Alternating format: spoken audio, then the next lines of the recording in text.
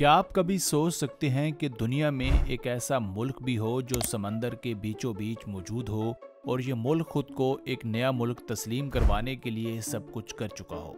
हाँ, आपने बिल्कुल सही सुना, हम बात कर रहे हैं सीलैंड की। एक ऐसा मुल्क जिसे दुनिया शायद मजाक समझे, मगर हकीकत में यहाँ के लोग अपनी आज़ादी और खुद मुख्तारी की जंग लड़ रहे हैं और यह है इनका अनोखा किस्सा। दोस्तों, सीलैंड एक तारीखी और पुरस्कार मकाम है जो बरतानिया के साहिल से कुछ फासले पर समंदर में वाक़या है।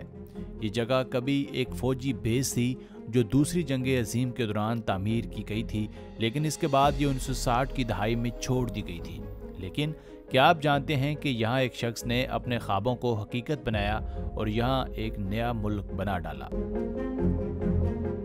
ये कहानी शुरू होती है एक शख्स से जिसका नाम था रॉय बैट्स। रॉय ने सोचा कि क्यों ना यहाँ एक गैर कानूनी रेडियो स्टेशन कायम किया जाए, क्योंकि उस वक्त सिर्फ BBC ही रेडियो चलाने का मजाज था और बाकी सबके लिए ये गैर कानूनी था। तो रॉय ने समंदर के बीचों बीच सीलैंड के मकाम पर अपना रेडियो स्टेशन बनाने का फैसला किया, क्योंकि यह इलाका बरतानिया के पानियों से बाहर था और यहाँ कोई भी कानून नहीं था। लेकिन जब रॉय यहाँ पहुँचे तो इन्होंने सोचा कि सिर्फ रेडियो स्टेशन ही क्यों ना यहाँ एक पूरा मुल्क बना लिया जाए। और फिर ऐसा ही हुआ।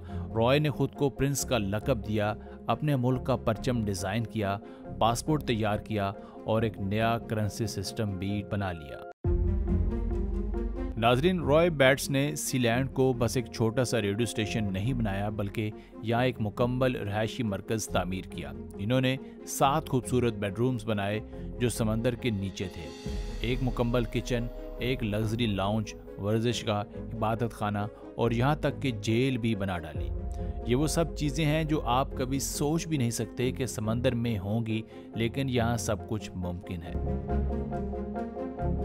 दोस्तों, रॉय बेट्स ने न सिर्फ एक नई रियासत बनाई बल्कि इसके लिए लोगों की कम्युनिटी भी तश्कील दी। यहाँ पर एक सिक्योरिटी गार्ड रखा गया जिसकी ड्यूटी 24 घंटे थी और 300 अफराद ने सीलैंड के शहरी बनने का फैसला भी किया। इस तरह इसने एक मुकम्मल कौम कायम की। सीलैंड को एक मुल्क बनाने के लिए सबसे बड़ी मुश्किल ये थी कि सबसे पहले आपको इलाका कायम करना पड़ता है और फिर इससे भी बड़ी बात ये कि आपको ऐसे लोग चाहिए जो आप पर यकीन करें और आपके ख्वाब का हिस्सा भी बने।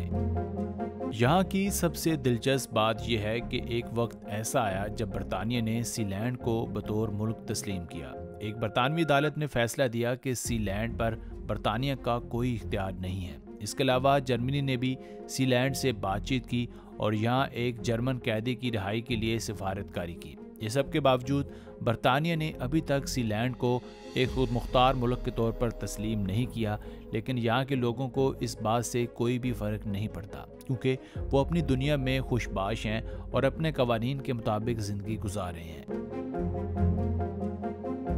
दोस्तों, सीलैंड का सबसे दिलचस्प पहलू ये है कि वो डिजिटल करेंसी और डिजिटल शोहरियत के हवाले से भी काम कर रहे हैं।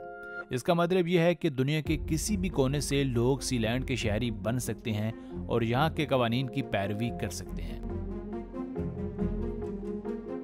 दोस्तों, सीलैंड आने वाले एक टूरिस्ट का कहना है कि यहाँ आने से पहले मुझे ये लगता था कि ये सिर्फ एक मजाक होगा, लेकिन यहाँ आकर मुझे ये सीखने को मिला कि हकीकत में आप अपने ख्वाबों को हकीकत बना सकते हैं, चाहे वो कितने ही बड़े क्यों ना हो।